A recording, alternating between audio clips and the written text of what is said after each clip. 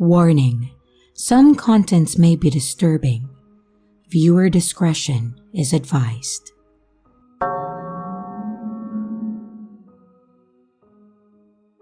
I'm 23 and female, and I was at the gym just doing cardio on a treadmill. It was pretty empty, and not very many people there on a Thursday at noon. I always use the treadmills in front of the mirrors so that I can pay attention to my surroundings like a safe young woman. I was on the treadmill 2 away from the end, and all of them were empty, save one at the opposite end of where I was. And then this man gets on the treadmill right next to me, which is weird, but okay. I have my headphones in, and I am watching Criminal Minds, and every so often, I look up at the mirrors just to check my surroundings, and every time that I look up, this man is staring at me. Around 37 minutes of my 45-minute planned cardio, he drops his phone of the side of his treadmill closest to me. I was watching in the mirror, and he basically threw it down next to me. He then gets off the treadmill, picks up his phone, and then taps me on the shoulder. Now, I never took out my headphones, so I couldn't really hear what he was saying. He introduced himself, I never caught his name, and then he asked for my name, and I gave him a fake one. He then said something else, but I couldn't hear him because Derek Morgan got in a shootout. I just nodded and I returned to my show, clearly uninterested in whatever he had to say. At this point, I only had like 5 minutes left, and every time that I looked in the mirror, he was staring at me. I finished my workout and I went to the stretching area that is near the treadmills, still in front of the mirrors. I also took a glance at how long he had been on the treadmill, and it was something like 8 minutes, so not actually long enough to be a real workout, or honestly, even a warm-up.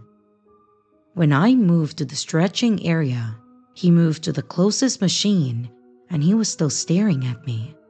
Using the mirror, I started counting sets and reps, so in the middle of his set, I got up and left, thinking that this would give me enough time to get to my car and leave before he even noticed that I was gone. I then got to my car, sat down, turned it on, grabbed my seatbelt, and as I was about to click it into place, my passenger side door opened. I yelled, "Don't fucking touch my car!" And I pulled out of the parking spot with both doors wide open. I always back into parking spots because I saw something online from police saying that that was the safest thing to do, and I'm constantly worried about my safety. I drove a mile down the road with my passenger side door open. The next day, I went into the gym to report him, but like I said, I never got his name, and the gym didn't want to look at the cameras with me there and said that once they figured out who it was, that they would talk to him, which really didn't feel like they were doing anything about the situation. So the next week, I canceled my membership, and I've never been back.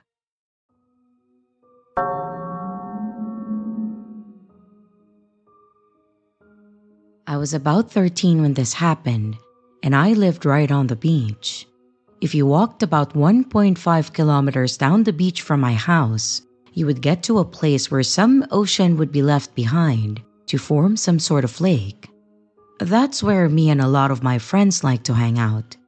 And next to it were 2 dirt roads. Anyways, I had a German Shepherd, and my mother used to kick me out of the house every weekend just for a few hours to go play with the dog, which honestly, I didn't mind.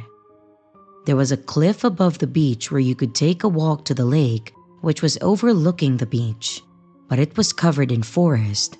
And on that day, it was particularly hot, so I chose to spare me and my dog a hot walk and just walk up in the forest. I've done this so many times before, and I wasn't afraid at all. As I was walking, I hear muffled footsteps behind me.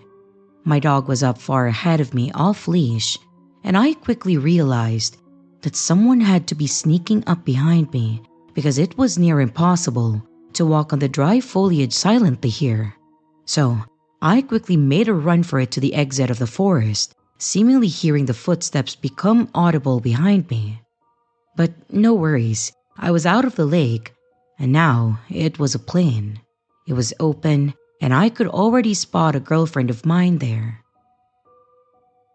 My dog was already in the water as I went to greet my friend, when we notice a large man approach us. He must have been close to 2 meters and very slim, and he started talking to us both very kindly. Without knowing any better, we both were polite to him. I, at that time, did not associate the footsteps with this man, but later grew to.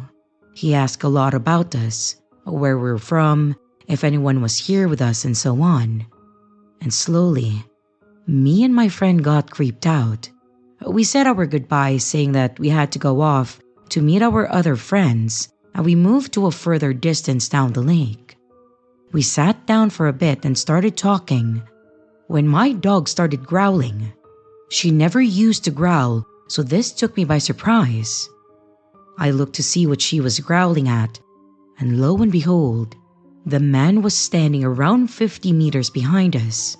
Me and my friend had caught on now, and we moved again. And same thing, he was closer now. We were getting freaked out by this. We were being followed and we were all alone. My friend called her mother to come pick us up, though she was at least an hour away. That meant that we were stuck with this creep for an hour or so. The more we moved, the more he came closer. I had leashed my dog by now, as she was going completely rabid at this man, and every time we looked at him, he smiled back, as if we were some sort of close friends. He tailed us for a while until we saw my friend's mother's car arrive at the dirt road. Now, this road was about 200 meters from us, and to get there, we had to cross where the man was standing. But we were terrified. Her mother saw the situation and started running over, which caught the man's attention, which meant that it was our time to dash. I don't think any time in my life that I have run that far that fast, and my dog was running with us as I let her leash go, and when we got to the car, we hastily ran in as the man ran towards us. We stayed in the car while my friend's mother called 112 and waited inside the car. The man was throwing rocks and wailing at us, eventually running off as the police arrived. When the police arrived, they questioned everyone and went looking for the man, but they never found him. I'm still terrified that he's in that forest, waiting for me. I didn't know that day that my friend would be there, and I don't know what would have happened if she wasn't there. I didn't have a phone or any form of contact, and I'm pretty sure that if he would have gotten me, he would have won against my dog. So, to the creepy man who stalked me and tried to catch me and my friend, let's not meet again.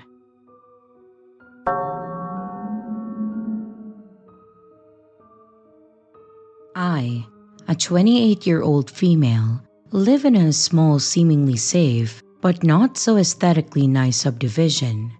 My partner, 30 and male, works in law enforcement, so I am home alone many nights throughout the week. A few months ago, we adopted a small dog, and since I work remotely, I frequently take our dog on walks throughout the neighborhood for exercise and to help with potty training. We have lived in the neighborhood several years, but normally do not walk the neighborhood much, so we don't know many of our neighbors. And now that I go outside more, I am beginning to meet more of our neighbors. Usually, it's simply a hello in passing, but there are a few neighbors that I now speak to frequently. Everyone seems harmless and friendly, except for this one neighbor who I would refer to as Bob. He's male and approximately 50. One day, I was out walking my dog, and as I passed Bob doing yard work, he stopped me and said what a cute dog I had. He went on to tell me about his time in the military, training bite dogs, and how he was shot and he had remnants behind his heart and etc. And while odd, it seemed friendly enough. What I thought was going to be a 5-minute conversation turned into 90 minutes of me smiling, politely nodding, and then slowly backing away. I am going to try my best to retell the conversation from memory, but it is hard because Bob was all over the place and his stories were not cohesive at all. While specific, they were very over the top and embellished. Because of this, I won't give too many details for identity reasons. Essentially, he went on to talk about how rich and important he is, along with his family, yet he lives in a mobile home. He said that he's so important that he's had every presidential cabinet on speed dial, that the government has flown him all around the world to do top secret missions, that his family has gotten away with murder and it's been swept under the rug by the government, that even Googling his own name would have the authorities sent to your door for questioning. He said that he used to be in construction and did masonry work for a bunch of celebrities and still hangs out with a lot of them. He said he speaks 7 languages, has a black belt in martial arts, and he also wrestles alligators. He asked me to feel his arm muscles and lifted up his shirt to show me his scars. I could literally go on and on about all the crazy and incoherent things that he said, but at this point, I chalked it up to the ramblings of someone that's not mentally okay.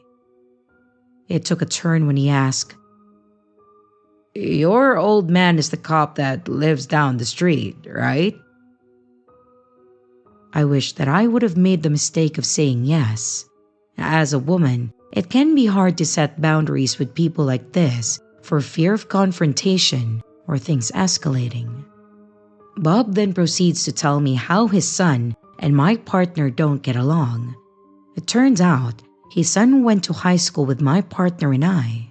He said that he thinks that it has something to do with my partner and his son's baby mama, as Bob put it.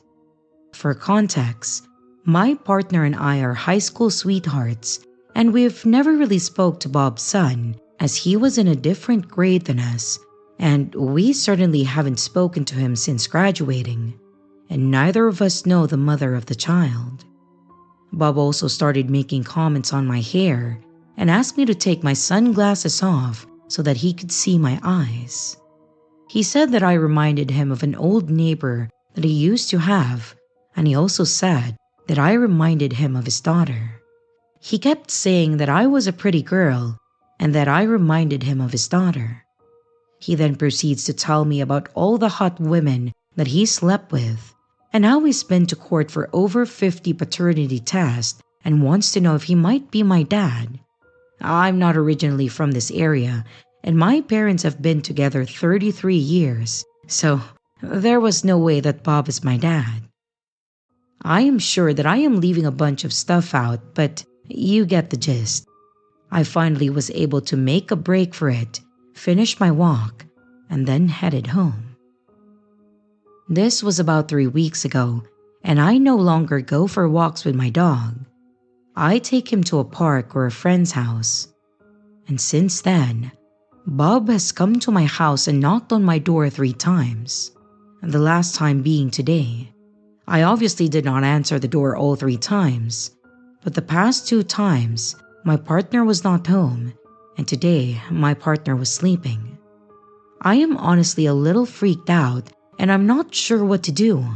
My plan was to keep ignoring him, but I'm afraid that it will escalate, or I will run into him outside, since I have to take my dog out to go to the bathroom. My mom wants my partner to go talk to Bob to see what his problem is or what he wants, but I think that that's a bad idea. So please, let me know what you guys think. Do you think he's just harmless and a bit mentally unstable? Or do I have something to worry about here? Update. I looked him up on our county's clerk of court's website, and wow, He has a very long rap sheet dating all the way back to the 80s to the present day.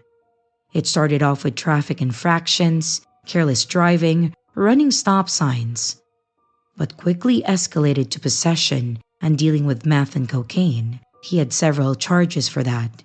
He also had charges for soliciting prostitution, 2 charges of kidnapping, and tons of battery charges, aggravated assault with a deadly weapon, grand theft of firearms, burglary with a firearm, domestic violence, violation of a protection order. And that is all I saw before I had to stop. I even thought that maybe I was looking at the wrong person, but I confirmed the full name and the date of birth. I'm going to do some more digging.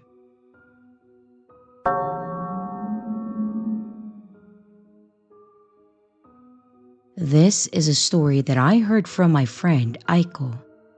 It happened back when she was single, living in an apartment without any fancy security system or any automatic locks. Just a typical building where if someone wanted to pay her a visit, they could walk right up to her door without much trouble. One night, a little after midnight, Aiko was winding down, getting ready to sleep.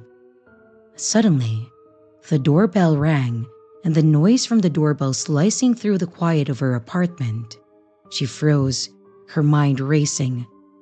Who would come to my door at this hour?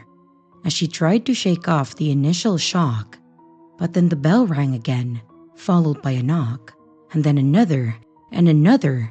Each knock felt louder and more insistent than the last, as if whoever was on the other side was growing more impatient. Aiko held her breath.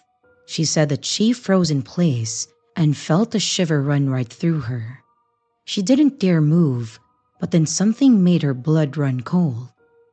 The narrow mail slot in her door suddenly opened, and she said that she could feel a presence on the other side, lurking and watching.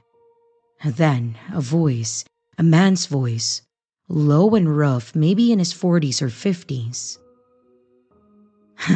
I know you're in there. I saw the lights on. Just open up, will ya? Aiko's stomach twisted. She didn't recognize the voice. It was no one that she knew. Her head was filled with panicked questions like, why was he here? And how did he know that I was home?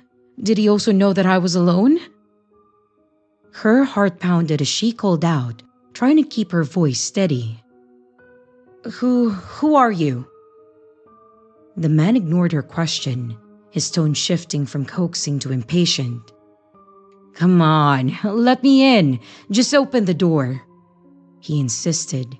It was as if he couldn't understand why that she hadn't already done as he asked, as if he had every right to be there. That's when Aiko's brain got into gear and she reached for her phone. She grabbed it, dialing the police and making sure her voice was loud enough for him to hear. I'm calling the police right now, she said, her voice trembling but firm. The moment the stranger on the other side of the door heard the word police, the man went silent. After a tense few seconds, Aiko heard his footsteps retreating down the hallway. She stayed on the line, her heart still racing, until an officer arrived to take her statement. The police assured her that they would increase patrols around her building and advised her to keep her doors tightly locked. Aiko thought that was the end of it, but the encounter left her shaken. She tried to push it to the back of her mind, telling herself that it was just a creepy one-time incident, but that feeling of being watched lingered. Aiko worked as an aromatherapy masseuse in a small cozy salon nearby. A few days later, a new client came in, a man in a business suit who looked like an ordinary office worker. But something about him felt off though, and she couldn't shake the sense that she'd seen him somewhere before. Was he referred by one of her regulars? She wondered. After the session, the man smiled at her, his eyes lingering a bit too long. I'm sorry about the other night.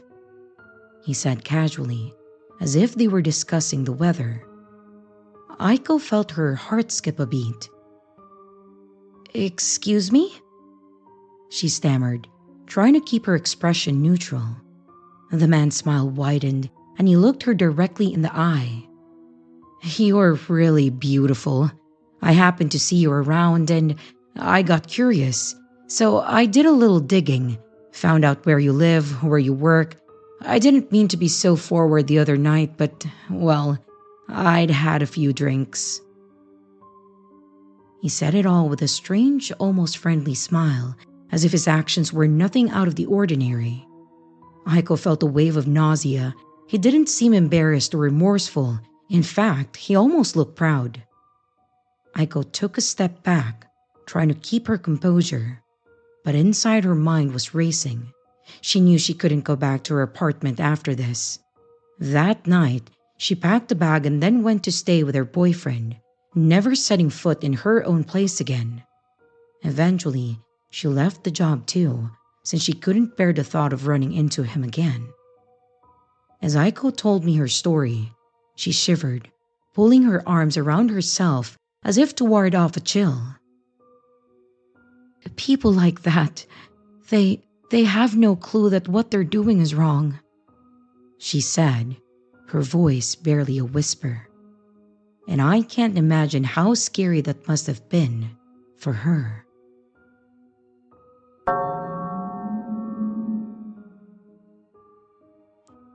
I'm 22 years old now, and we used to have a neighbor who was around 60 to 70 years old.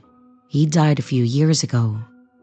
When he was still alive, he would cause us so much trouble. He scratched our car, poisoned our apple trees and grass, blew up a firework near me to cause me to temporarily go deaf on one ear when I was 4, and just all kinds of things. His son was a judge in our city, so pretty much everything we took to court was against us. I remember Dad often called us from work to tell us not to be alone at home and that we should have to stay at Grandma's. When I was little, I think around 6 to 7, I would frequently have nightmares about seeing a face outside of the bathroom window. The window is above our bathtub. It's high enough that no one can actually see in unless they climb the roof of our shed, which is underneath the bathroom window in our garden. Coincidentally, the shed is directly next to a fence that separates our garden from the neighbor's one.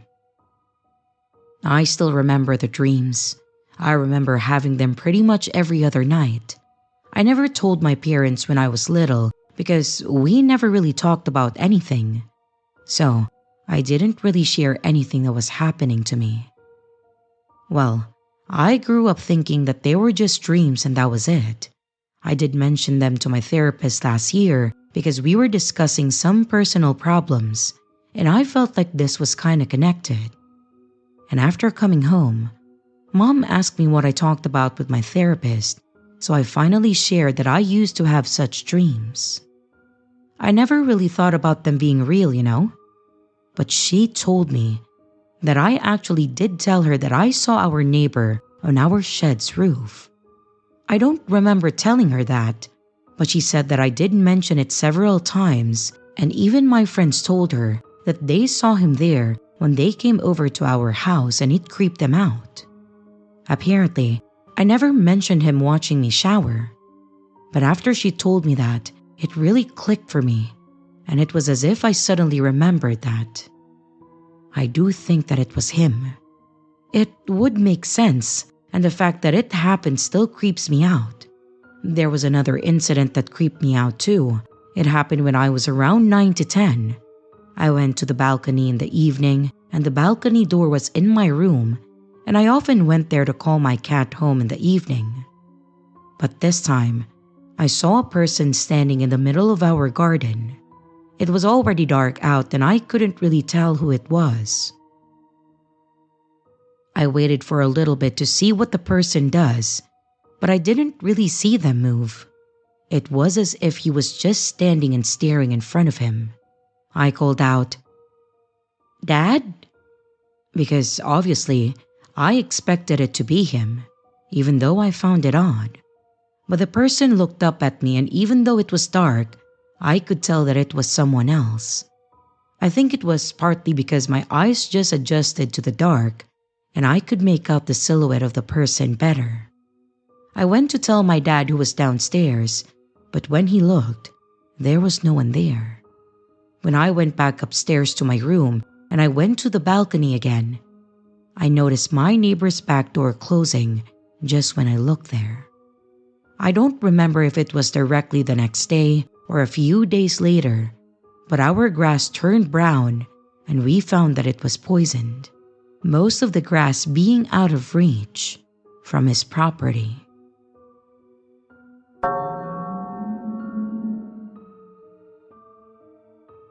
This event just popped up in my memories from 2 years ago today, and I thought that it would be worth sharing here. It's definitely one of the scariest encounters that I have ever had, and definitely taught me to trust my gut.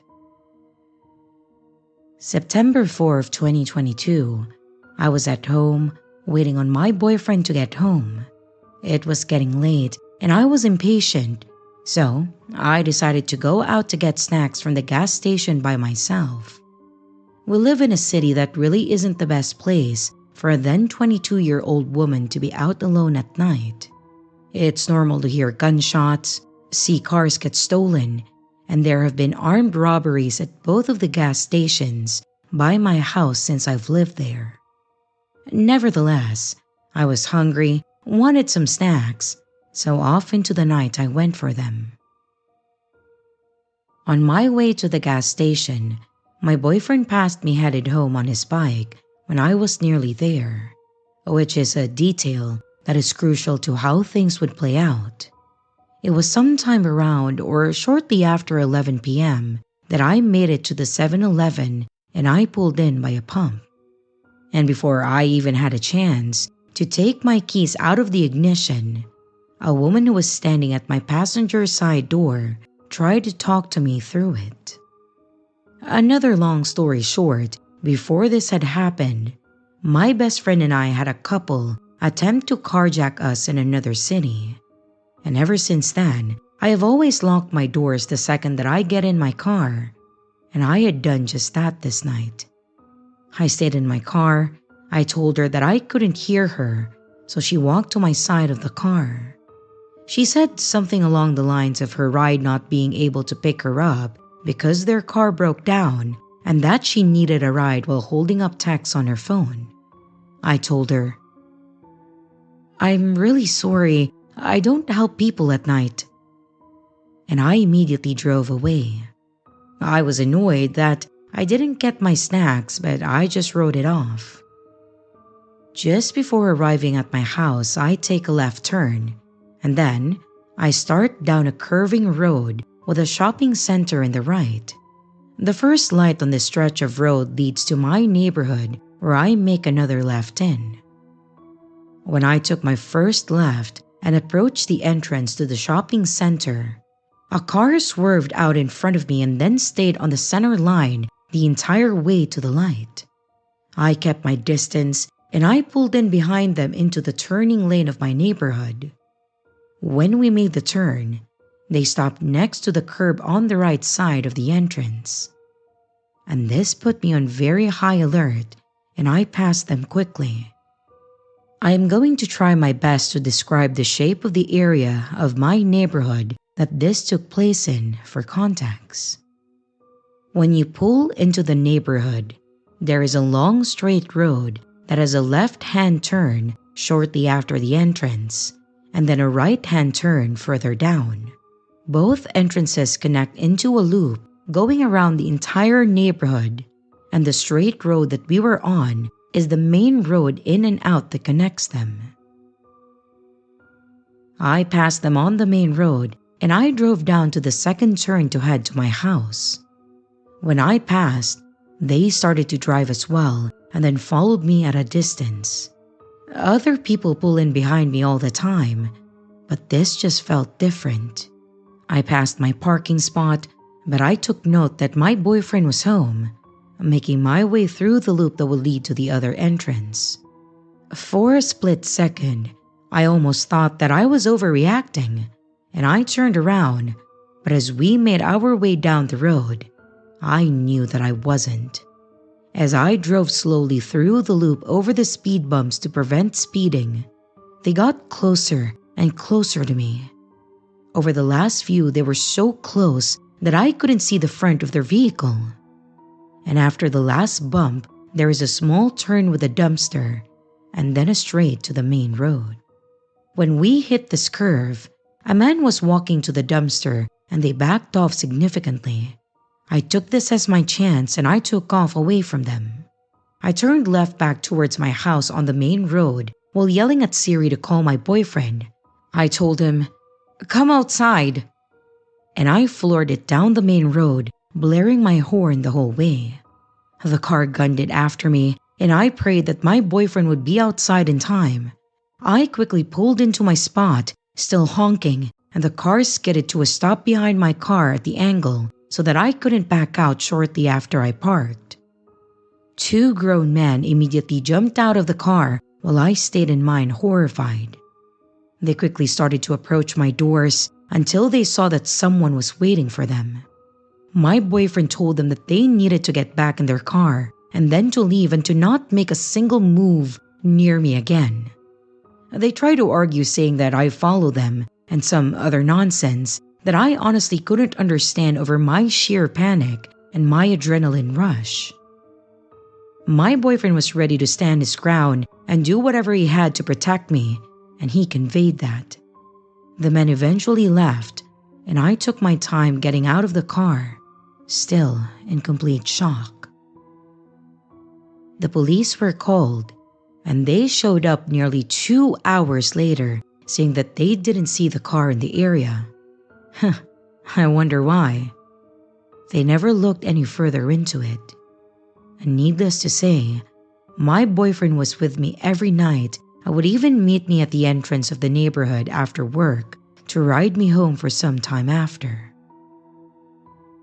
I often think about what those men would have done if I had turned around or not even thought twice and pulled in my space to begin with.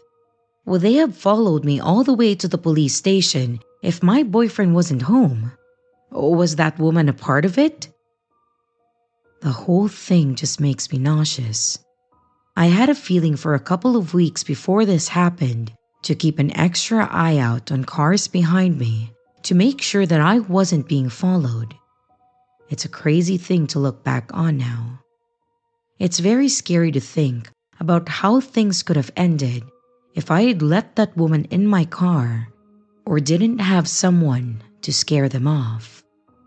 So to the woman who approached my car and possibly set me up, get wrecked. And to the men who followed me home and intended to do God knows what to me, let's definitely never, ever meet again.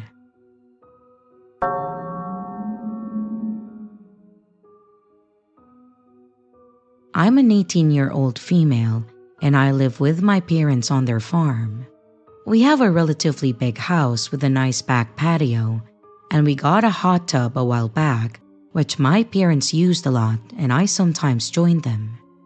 Since I have my own car, my parents have gotten more comfortable with leaving me at the house when they leave for extended periods of time.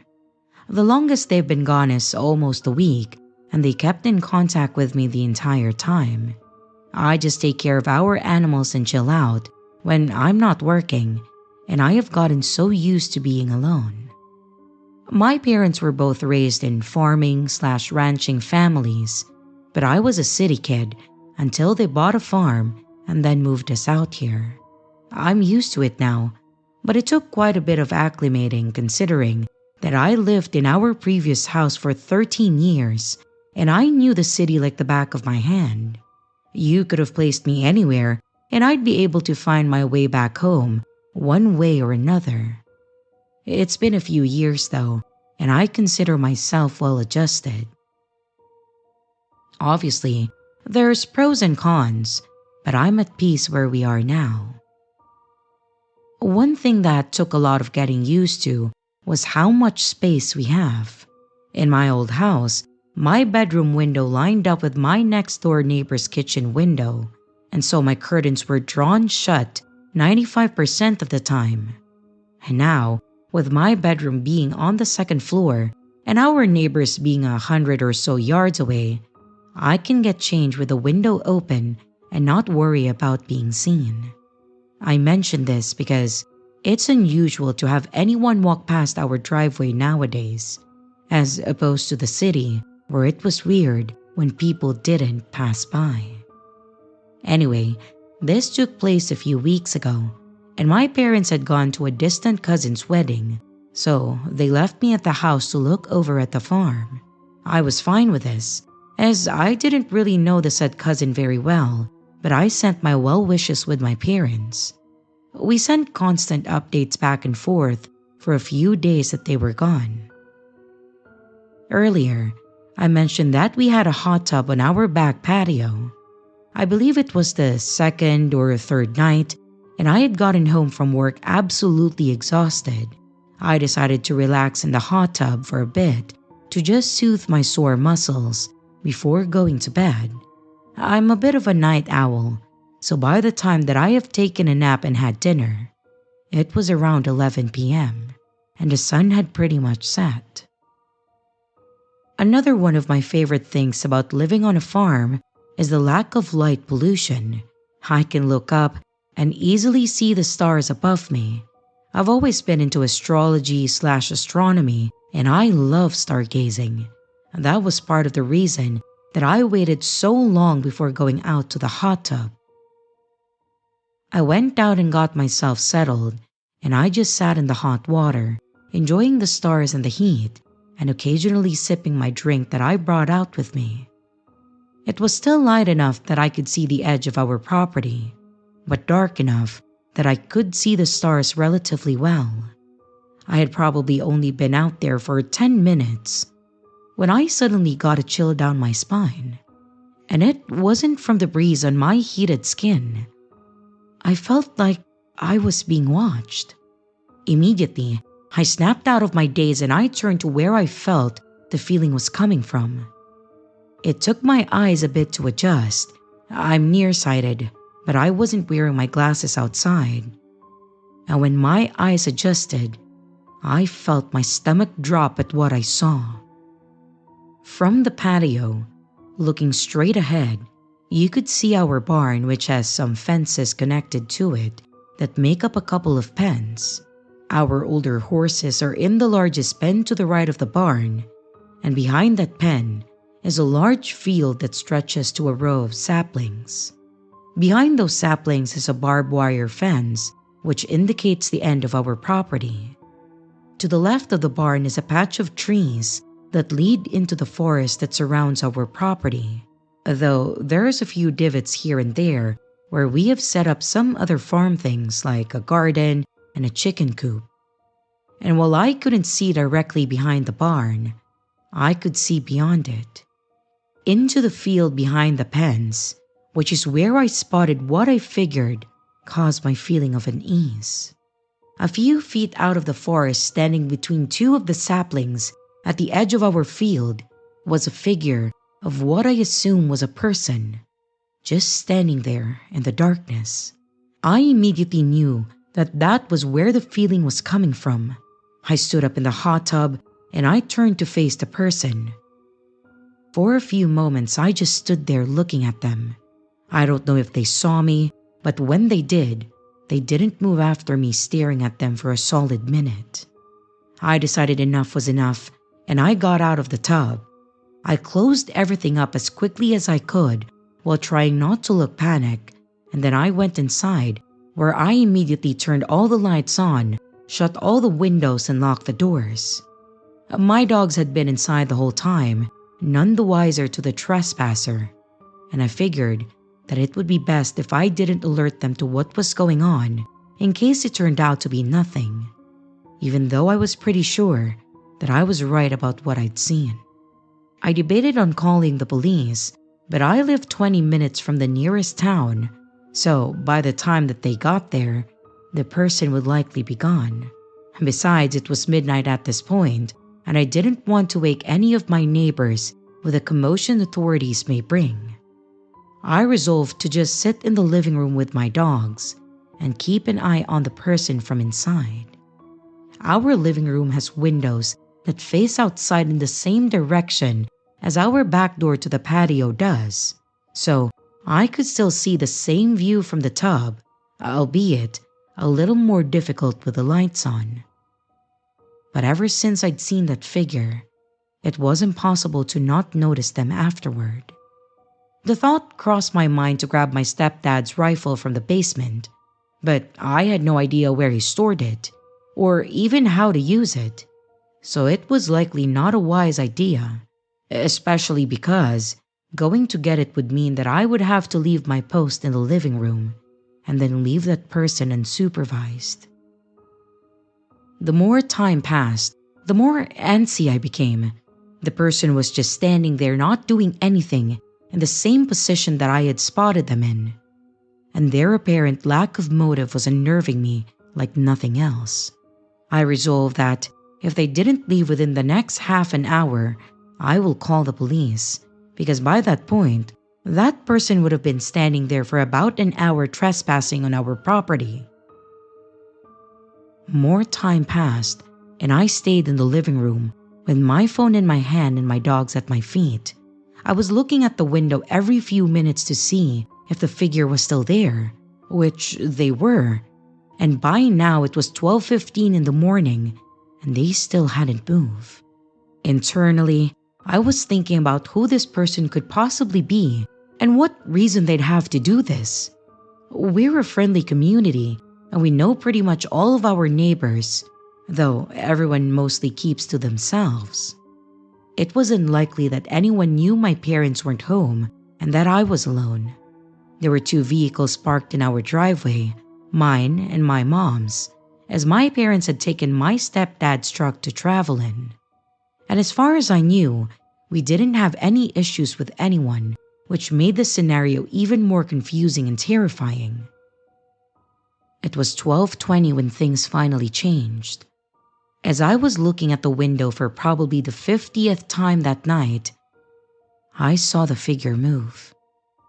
I froze, not moving a muscle, as I watched them turn and walk back to the way that I assumed that they had come, going to the left, which they disappeared behind the barn, presumably back into the forest. My relief was only temporary though, because while they were gone, they could still be very well on our property, just hiding out in the trees. The feeling of being watched was gone though, which made me feel a little bit better, though not by much. I decided to pull an all-nighter and stayed up until the sun rose and I passed out on the couch. I woke up at around 1 p.m. and I had a moment where I thought that I dreamt the whole thing. Just in case, after I finished my chores, I made my way across the field behind the animals' pens to our property line, and I walked from one end to the other to where the figure would have disappeared behind the barn to see if I could find anything out of the ordinary. It had been dry for the past week, so the grass and dirt didn't show any footprints or any sign that anyone had been there at all, which made me suspect that maybe I had just imagined the whole thing. I have a history of being paranoid because of my anxiety, and I have had multiple nervous breakdowns over things that turned out to be inconsequential. Still, I couldn't just forget about the feeling that I've gotten in the tub that night, the unmistakable feeling of having someone's eyes on me, and not being able to tell who. To this day, I have no idea who it could have been, and to be honest, I don't really want to know. Nothing like that has happened since, and I'm hoping that it stays that way. To the figure that stood at the edge of my parents' property and watched me in the hot tub in the middle of the night, let's not meet.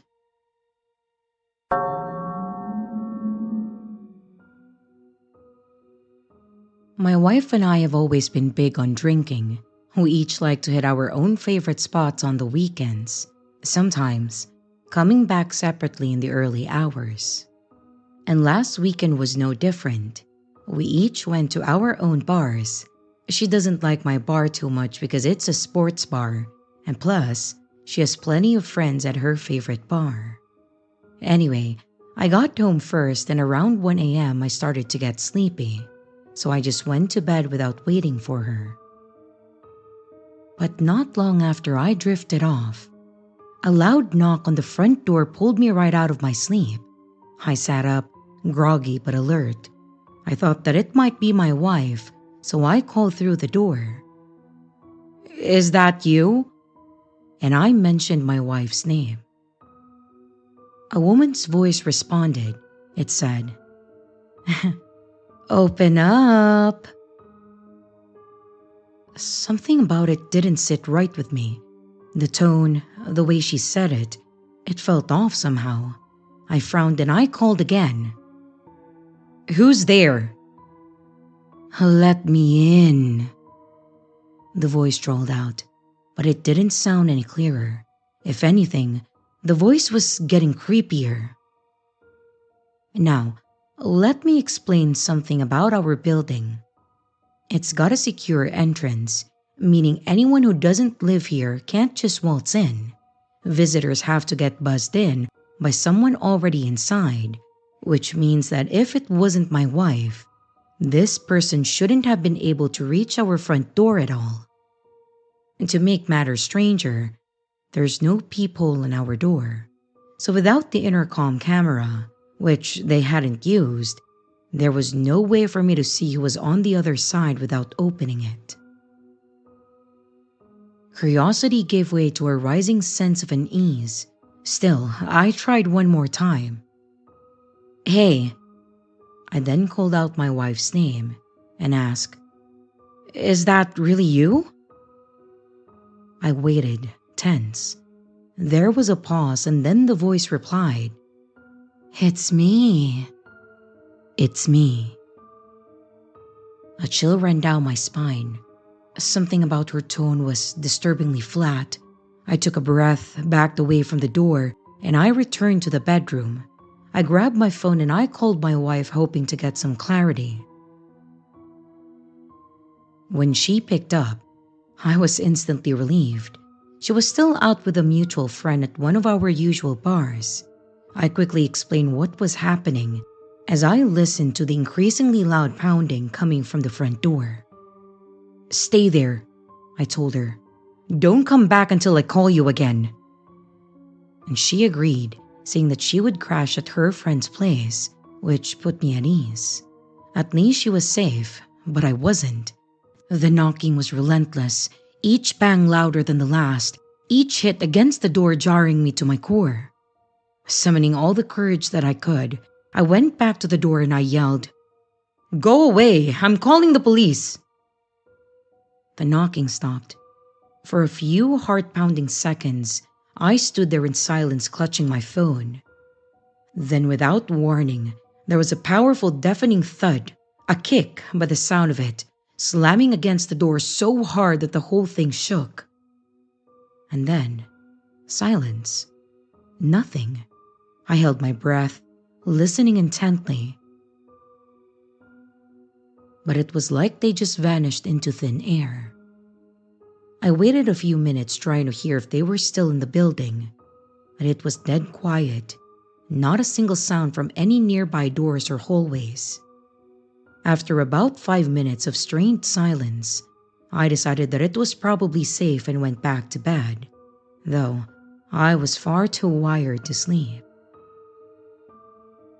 Just as I started to relax, a faint noise echoed from above me. Small but unmistakable. It was a series of soft knocks, matching the exact rhythm that I had heard earlier. It was coming from the ceiling directly above the bedroom. This didn't make any sense. We live on the top floor. There is roof access, but to get up there, you would bring a ladder. There's absolutely no way anyone should be up there in the middle of the night. And yet the knocking continued. Soft but insistent, as if someone was standing right above me, mimicking the same creepy rhythm from earlier. And I lay there, my heart racing, staring up at the ceiling, paralyzed by fear and also at points wrestling with my sanity. I had to keep asking myself if this was really happening or not. I mean, I guess I could have been hearing things, but I really don't think I was. Then, just as abruptly as it started, the sound stopped and silence fell heavy and suffocating. After a few minutes, I shakily picked up my phone and called my wife again. I told her everything that had happened and made her promise not to come home until morning. She promised and agreed to stay over at her friend's house, and I felt some relief knowing she wouldn't be in danger. But I was still trapped here. I thought about going out myself, maybe grabbing a late night drink to calm my nerves. But the idea of walking out of my front door from the safety of my place made my skin crawl. I couldn't bring myself to open it, not after everything that had happened. In the morning, once the sun was up and things felt somewhat safer, I contacted the building's management and asked if they could check the security footage. I also let them know that I wanted to file a report about a possible intruder. We agreed that they would review the footage and let me know if they found anything. I hoped maybe that they would see the person on camera, something that could explain what had happened to me. But they never found any evidence of anyone entering or leaving our building that night. No one. That was 2 weeks ago, and I still can't shake the feeling that someone or something was right there, just on the other side of that door, trying to get in. I'll be honest, we're thinking of moving. The lease is up in July, and I don't think that I can spend another night in that apartment. I plan to bring this whole incident up with the management, but in the back of my mind, I don't expect them to believe me.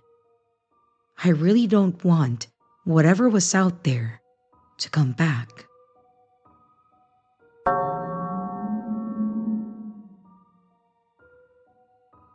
I will never forget the time where I almost lost my life in 2022. It was in the month of September, and I lived in Onalaska, Wisconsin. I was also a sophomore in high school.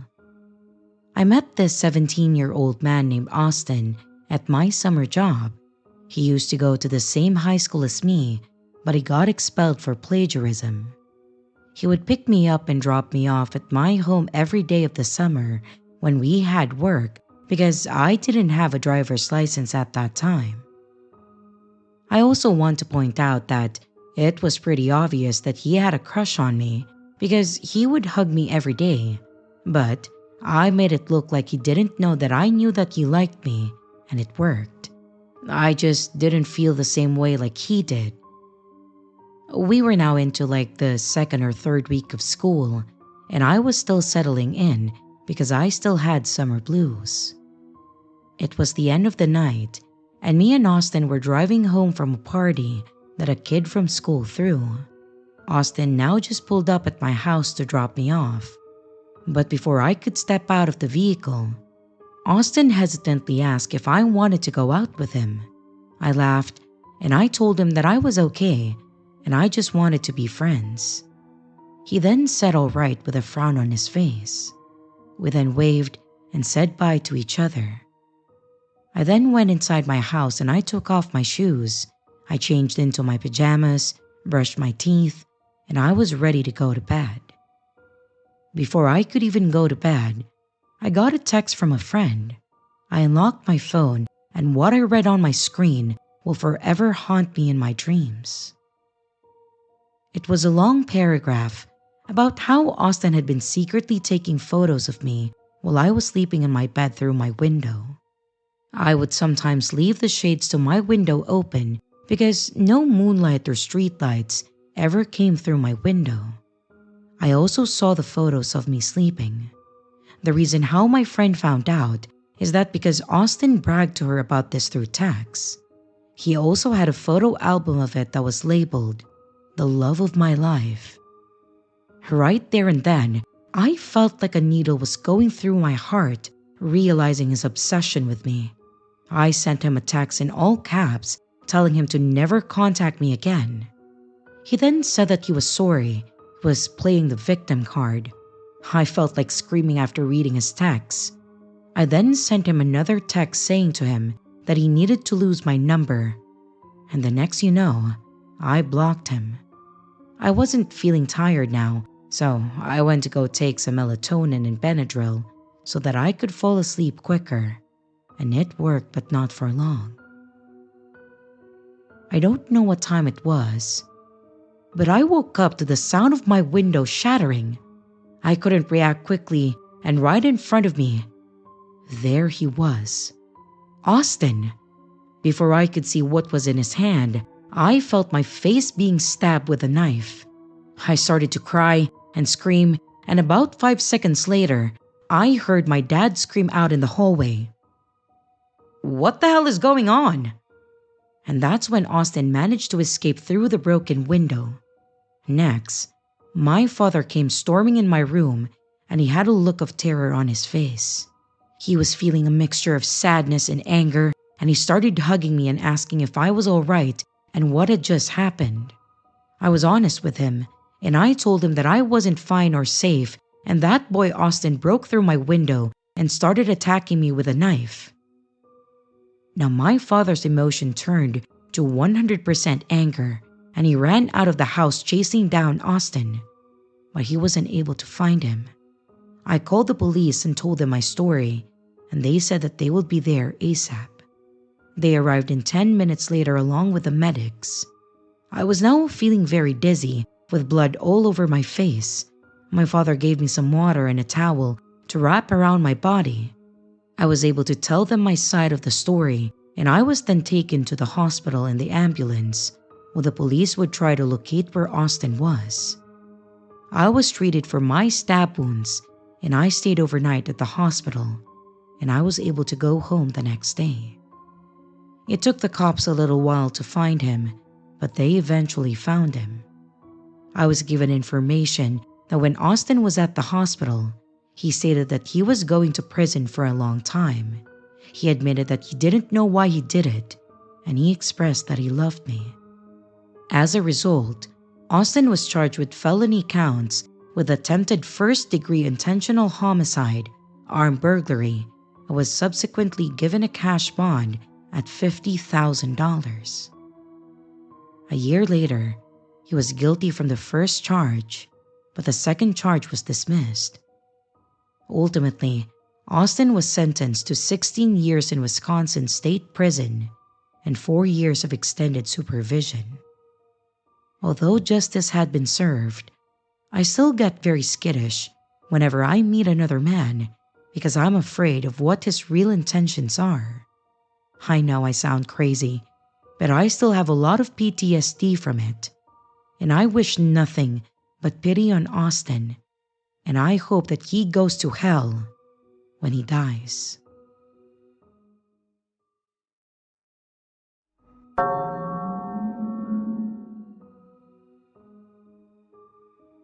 So, this actually happened about 2 hours ago. I, a 26-year-old female, and my boyfriend 36 and male, decided to go to the store to get oil. We have to go out 45 minutes just to get this, out in a bad part of the city. But it's the only European store that has the actual stuff that I grew up with eating. My family and I are from the Ukraine, but we live in the US. And it's difficult finding authentic places that have exactly what we had. And this is the only place I found that has it down to the exact brand. As we are driving, we are on a 3-lane road, which we need to get into one of those midsection U-turn types of lanes. We get into our left turn lane, and a black car blitzes from the far right lane through the middle lane to cut us off at the left lane, which my boyfriend and I are like, "What the hell?" And then they stop at a green light for the U-turn. My boyfriend honks twice in a nice way in case they were on their phone to go, since it's our green. They go forward, and we go to the parking lot directly on our right to the store that we need to go to. The car in front of us, which was now in the far left lane, goes through another 2 lanes and drives onto the sidewalk to go into the parking lot that we were going into, and then rides nearly on our bumper, pressing their horn the entire time that we drove. My boyfriend eventually decided to stop a few feet further than the store instead of parking at it. And at that point, I realized that his camera was not on. I can't remember the name in English, but it's a camera that records in front and back as you drive. I tap it since usually it starts recording when it feels motion. But it didn't turn on, and we realize that it's somehow disconnected to his car. As he's trying to get the camera plugged back into his car, the black car pulls up, and I see 3 guys looking 18 to 20 in there. All 3 are African American. They roll their window down, and the driver reaches for something that they're about to take out, and I'm just screaming at my boyfriend, "Just drive! Go! Just go!" And my boyfriend slammed onto the gas pedal, and we drive off and the black car does too. My boyfriend suddenly began doing donuts in the parking lot to get their car to back off while I'm screaming, "Oh God, oh God, the police, let's call the police, I need to call the police." And I managed to dial 911 as he was doing his last donut and then suddenly began driving out of the parking lot. The black car was still chasing us out as I finally got an answer, and when police asked where we were, I blanked out and I stuttered in panic that we were currently being chased, and my boyfriend yelled out what road we were passing. He used to do Uber for 7 years and knows every street name by heart. Those guys kept going after us until we were about 3 to 4 blocks away from the police station, and we stayed on the line, and they probably realized that we were going, and then they swerved to a random road on our left. At some point, we got disconnected, but the officer called me right back and stayed with us as we pulled into the station. We explained what happened, and the officer was nice. He offered to escort us back to the store, following our car in case the guys were still there. We showed the skid marks, and the officer said nice as a joke, and it was all good. He did paperwork as we grabbed the sunflower oil that I wanted, and I had my boyfriend try authentic Slavic ice cream for the first time, which he agrees is 100% better than American. And then we decided to cut our day short, thanked the officer, and then went home. My boyfriend said that he is amazed at how quickly I made all the right decisions, and was surprised that I even called the police because he's aware that I have a history of being sexually assaulted by 2 on-duty officers 4 years ago, and I have been too terrified to call or speak to officers since then. But I was so terrified of getting shot, and my only priority was to have police over so my boyfriend is safe and nothing happens to him. I was so terrified that my chest hurt, and I'm so happy that we are safe. My boyfriend is now laughing and saying that he can now prove that front-wheel Dodge cars can do great donuts. I genuinely hope that I never see or run into those 3 guys ever again. So let's never meet again.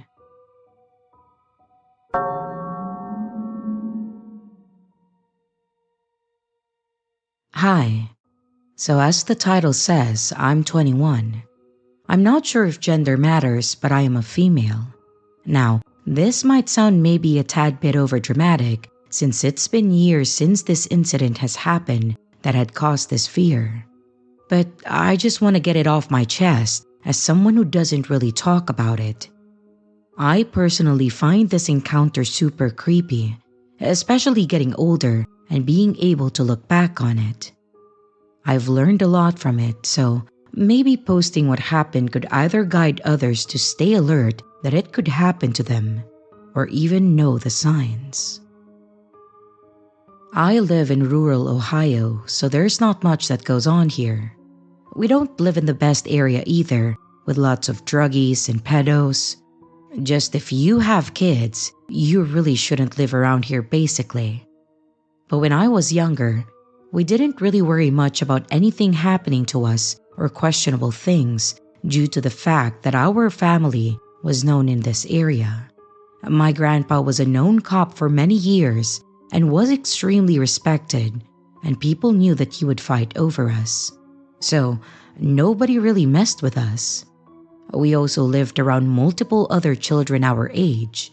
It wasn't uncommon to let your kids run around by themselves just before nighttime, because our neighborhood essentially relied on each other and the other kids to keep each other safe, and it worked for the most part. We knew what people to stay away from, and they knew to stay away from us as well. When I was in middle school, the bus ran at 7 a.m., and we would have to be at the end of our long driveway by 7 a.m. to catch the bus on time. And this happened during winter, and our bus tended to be late sometimes. It would reach us around 7:05 or 7:15 the latest. But we made sure to be out at 7 a.m. just in case that they were on time. It was me and my two cousins. One was 4 years younger than me, and the other was a year older, but we were in the same grade. The road is straight where our driveway is, so cars come by multiple times, and you would be able to see if a car was slowing down and such, and they'd see us as well. We were always told not to stand by the end of the driveway, and always keep a distance, so if a drunk driver or whatever happened to swerve, we would be okay for the most part. We were at the age where me and my cousin, who was in the same grade as me, essentially babysat the younger cousin, and we didn't have an adult accompany us at the end of the driveway anymore. It was super cold that day, and the sun was just coming up, and we were annoyed because the bus was late while we were waiting in the cold. But I noticed the car was coming, and again, this happened all the time, so it wasn't like I was checking it out or anything. I just noticed it and went back to listening to music on my phone. I then hear a loud brake sound, so I look up, and the car is in front of our driveway, now fully stopped. The man in the car was waving his hands towards us to signal us to come closer to him, and of course, I refused, and I was frozen in spot because this never happened before. He could tell that we were obviously shaken by this, and he said that he worked for a school but was lost, and he just got hired. He named a school that was an hour away. Remind you, it's past 7 a.m. at this point, and I immediately knew that he was lying. It didn't make sense to me why he would be lost at a job that he said he already got. Plus, it being this late, I'd think he would already be at the school. No way that he would be lost to the point that he's an hour away from the district and signaling children to his car the way he did if he was a teacher at all. It also made no sense to me logically how he would be lost from a job that he obviously had to go in to get hired for. And yes, this was before Zoom, and all of these things happened, I'm pretty sure. I immediately said that I'm going to get an adult, and he clearly panicked and said that it wasn't necessary. He just wanted us to get closer and show him where to go. I just pointed straight. I truly don't know the direction to the district, but that was not my main focus, honestly. I told him to go straight, and he ignored me. My little cousin was moving towards his car, and I grabbed him by his hair and he kept by me. And I refused to let go of his head. I'm shaking, and I'm trying not to show I'm scared because I don't know what's about to happen. The driveway is a long one as well, but I truly didn't feel safe turning my back on him. I have my other hand on my phone, and I am shaking, so I'm struggling with gloves on, but I am able to call my mom, and thank God, she answers. She usually would ignore my calls and be on the phone with her boyfriend. The guy then gets out of his car when he sees that I'm on my phone with someone, and I start immediately sobbing and telling my mom that there's a man out here, and I think he's going to hurt us. She comes out running, and the second she gets closer and he sees her, he bolts back to his car and then dashes away. A car that was around the corner of the road also dashed away as well. Now, looking back, it's even more scary, since if it was just someone who needed to get past the said car that was in the middle of the road by our driveway, they would have just either honked or gone on the other lane to pass them. They definitely also saw the entire thing and didn't get out of their car to help us or anything. So, it makes sense that they were also in on this entire situation. I'm forced to go to school that day, and my mom calls the cops, and when I get home, I found out even more horrible news that just made me realize that my gut feeling was correct. My mom told them the car and how it looked and such, and they found an abandoned car that matched her description just up the road, so they found who it belonged to, and eventually found out that he wasn't the school teacher. He worked on the barges, and the cops said that they thought it dealt with sex trafficking from the looks of it, and they didn't even catch him since they've already left on the boat or whatever. Who knows what would have happened if he got one of us? I assumed we would have been on that boat and horrible things would have happened. It still pisses me off that he was never caught and possibly other kids were victims of his. It's truly terrifying, and to this day, I refuse to go near the road. I still have recurring nightmares of it. I'm always on alert now too, which I most definitely should have been more alert back then, but I was just a kid, and I clearly didn't realize how it would have affected me in real time.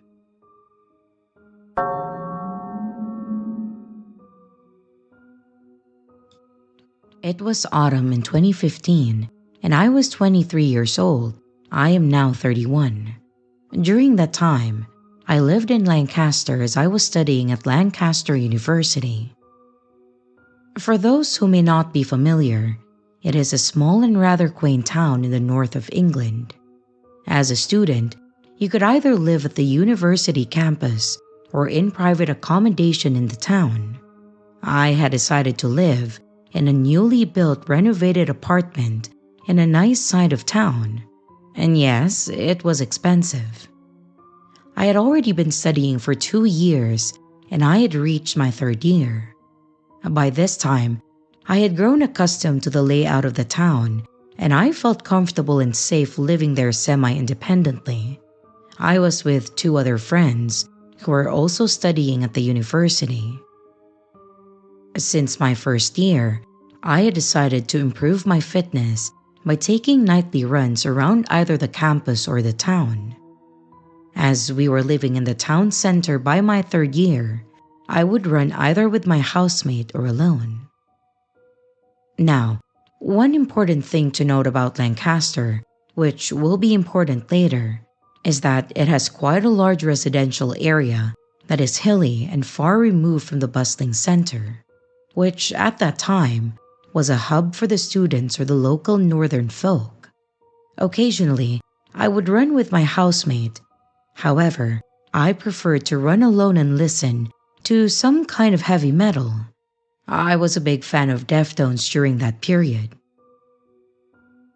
On this particular day, as I said, a chilly autumnal evening, I had decided to run alone.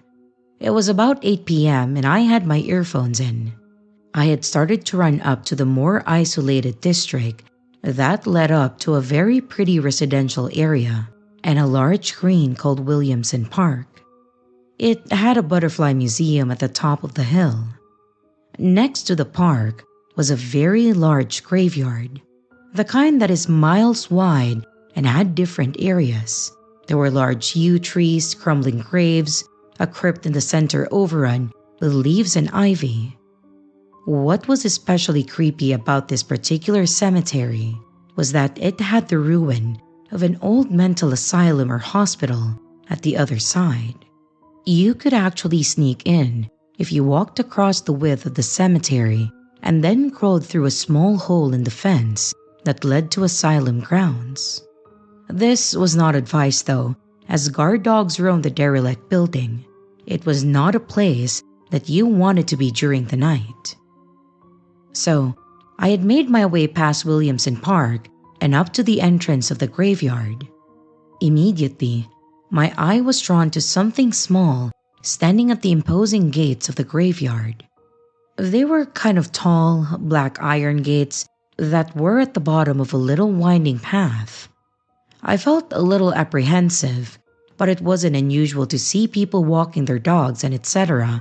out of the graveyard. So, I started to slow my pace to a walk in the direction of that shape. As I drew nearer, I realized that the shape was a child around 9 to 10 years old, and they were running towards me frantically. They looked panicked and scared, and I think they were crying. I vividly remember that the girl was not wearing a coat, only a thin dress that would not be suitable for the harsh autumn. She asked me if I could help her. She was desperate and seemed to be frightened of something. She kept looking back into the graveyard, which at this point was totally pitch black beyond the gates. I mean, there was absolutely no light beyond the path. As the graveyard was quite large, it was chilling to see the depth of blackness and a vulnerable child standing at the mouth of the gate helpless. I don't recall what the girl said exactly, but I then offered to call the local police. I had typed 999 into my phone and I had it on loudspeaker. But the girl immediately changed. She was not happy about the fact that I was calling the police, and that was clear. She stopped crying and she seemed angry, almost demanding, and insisted that she did not need the police to help.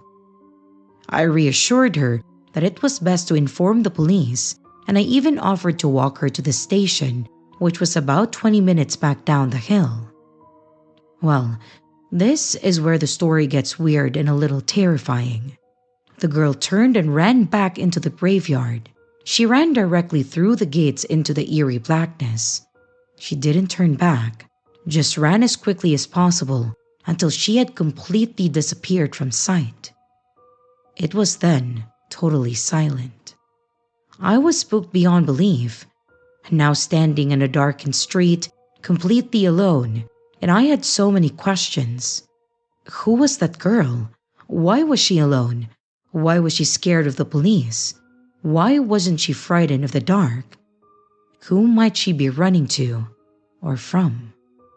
I turned and I ran all the way back down the hill, not stopping until I had reached a well-lit built-up area. Safe to say, I didn't run on my own at night again. Anyway, it's a mystery that has plagued me ever since. So little girl in the graveyard, let's definitely not meet again.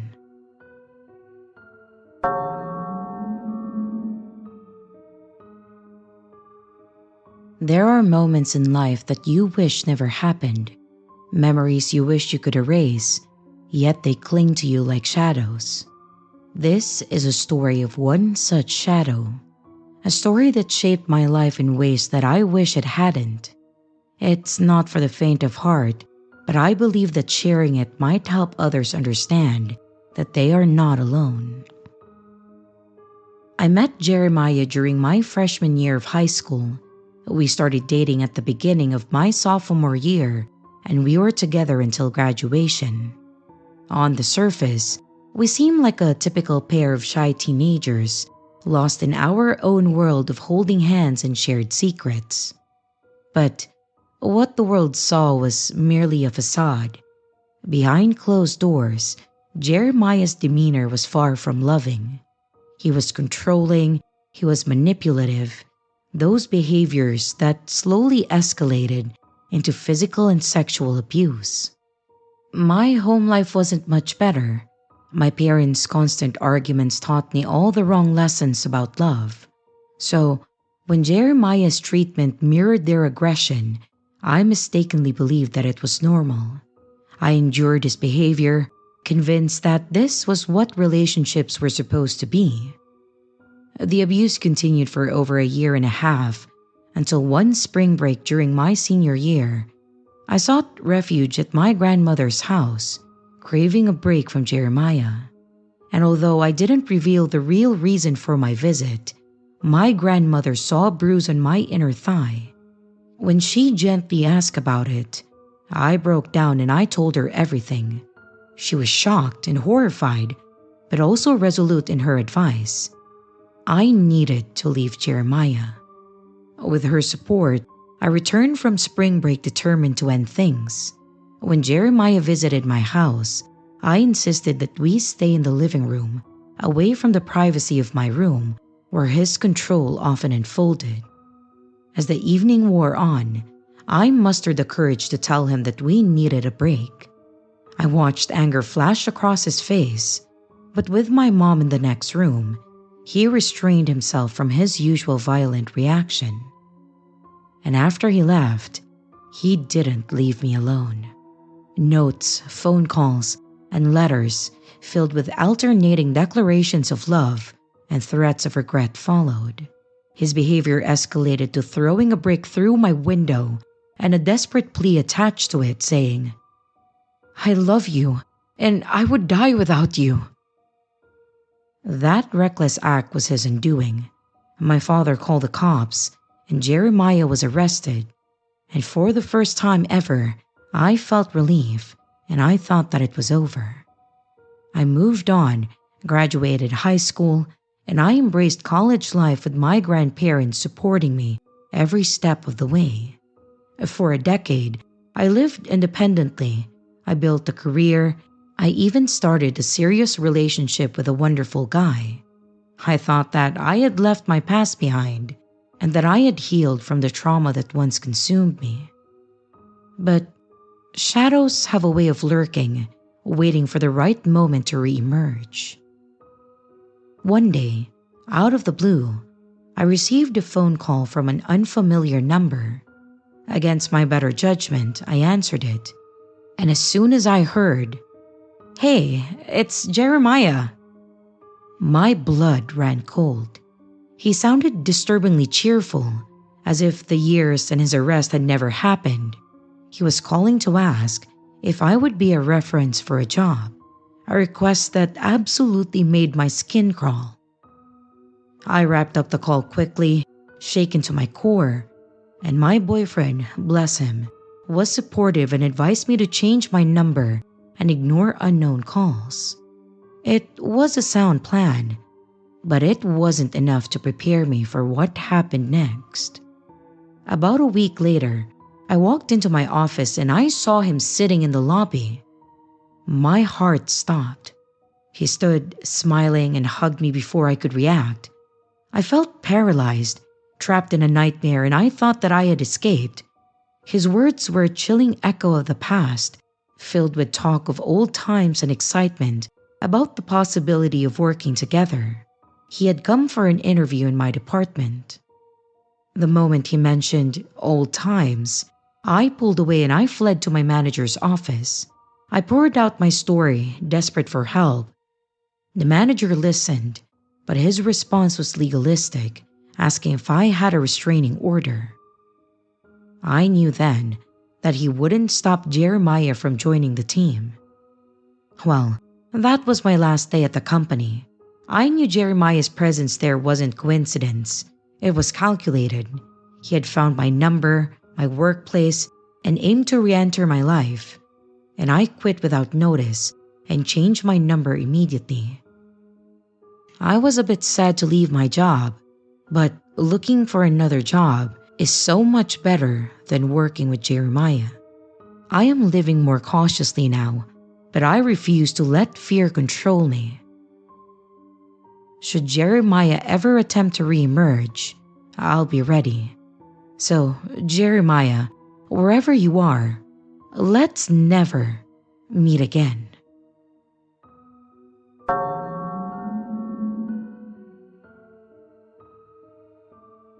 This happened when I was in college.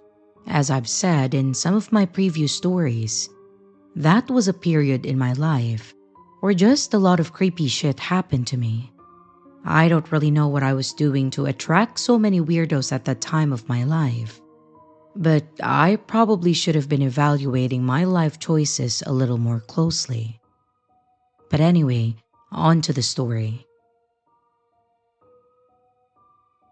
During college, I worked as a tutor at school, but on the weekends, I would sometimes babysit for family friends. One of the kids was actually old enough that he didn't need a babysitter. We'll call him Chris. But he wasn't old enough to watch the younger kid. We'll call him Kevin. Thus, my presence on the night that would prove to be honestly terrifying as hell. I don't know. Maybe you won't think it's as bad as I felt like it was, but we will see. Okay, so anyway, I was babysitting for this family one Saturday night. The parents didn't usually stay out too late, getting home at like 10 p.m. most nights, or earlier even, when I babysat for their monthly date night. But this particular night was a special situation. I can't exactly remember the circumstances of it now, but I mean, I was 19 and I could stay out past 10 p.m. They figured that they would be home by 1 a.m. They said that I was welcome to spend the night, but I have already decided that that would not be happening. That house honestly had a super weird vibe. It was kind of isolated, and they had all these old buildings on the property, some sheds, a gigantic barn, and etc. Maybe I've watched too many horror movies, but all I could think was that there were so many places for people to hide in those buildings. Plus, the house was really old too, and those always freak me out because, ghost. So, I would not be spending the night, that was for sure. I was babysitting the kids, and Kevin wanted me to go help him find something in the basement. He had all these costumes that he used to like to dress up in. Once, he scared the absolute shit out of me when he came up behind me in the dark wearing an ultra-realistic soldier costume, carrying a replica musket that I would have sworn was real, but turned out that it wasn't. I nearly lost my shit that night. The basement was the second creepiest part of the house. The creepiest was the attic, obviously, because attics are terrifying. So, if he would have asked me to go up there, it would have been a hard no. It wasn't fully finished and was really big with lots of corners and turns and hallways and shit, with a bunch of different rooms. It was actually my first time going beyond the stairway, and I kept thinking that if I had been aware of just how scary this basement was, there was no way in hell that I would be babysitting in this house. But I, of course, didn't want to look like a wimp in front of a child. So I went with Kevin to his costume area, which was kind of deep into the basement because, of course, it was. As we were looking for the costume, well, Kevin was looking, and I was just there, questioning my life choices that had led me at that moment. We suddenly heard noises that can only be described as footstep-like upstairs. At first, I just said that it must be Chris. But then Chris was just suddenly in the doorway, scaring the fucking hell out of me. Seriously, I had no idea where the hell he came from, and he was like, "That's not me." I remember this moment vividly. The three of us standing near this closet, filled with various costumes, of varying creepiness in this tiny room, in a super sketchy basement, listening to what we thought were footsteps upstairs. Well, this is how we die, I thought, weirdly kind of immediately at peace with it. But that only lasted a second before I thought, nah, fuck that shit. And I looked around for a weapon. This is where watching too many horror movies actually came in handy. Of course, there was nothing because I was in a child's playroom, and the rest of the basement had little within it, apart from like a washer and dryer, which would make a poor weapon, unless I could somehow push it onto someone, which seemed unlikely to happen in this particular situation. In the end, I just settled on this random crowbar. For real, it was just lying on the floor, and neither the kid knew why. I just can't express how creepy this basement was. I was prepared to meet our fate while considering just how much of a risk I was willing to take just to keep these kids safe.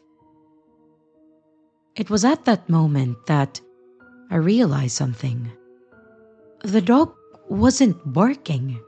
The family had this golden retriever named Lily who would bark at everything, and she wasn't barking. So I rationalized the sounds as just the noises that an old house would make. Plus, I realized that when we heard the noises, we weren't actually under the house itself based on the layout of the basement. We were under the porch. So, even if there was someone, it wasn't anyone in the actual house. It could have been anyone, a delivery driver being the most likely explanation. I felt a lot better, but you bet your ass that I kept that crowbar. So the kids and I went upstairs, where we found Lily knocked out. And not knocked out like someone knocked her out. She was just zonked, like she jolted awake when I touched her, because she's been sleeping that soundly. I actually thought that she was dead at first, because that was the way this night was going. And once upstairs, I went to the porch and very cautiously opened the door to look for a possible package. It was winter, so it got dark early, meaning it was feasible that a delivery driver would still be working after the sun went down. But naturally, there was no package. Of course there wasn't, right? I wouldn't be posting it here if that's how the story ended. So anyway, by this point, I was stressed the hell out. The kids were over it. While they were playing video games, I was Googling the crime rates in this town. And all of a sudden, Lily perked up and started barking like a maniac. And a second later, I heard a knock on the door. I just could not catch a fucking break this night. With my crowbar in hand, I walked to the door and I could see through the frosted window in the door that someone was standing there. I couldn't make out their features, but someone was there. Since I'm not a total dumbass, I didn't open the door, but I asked through the window who it was.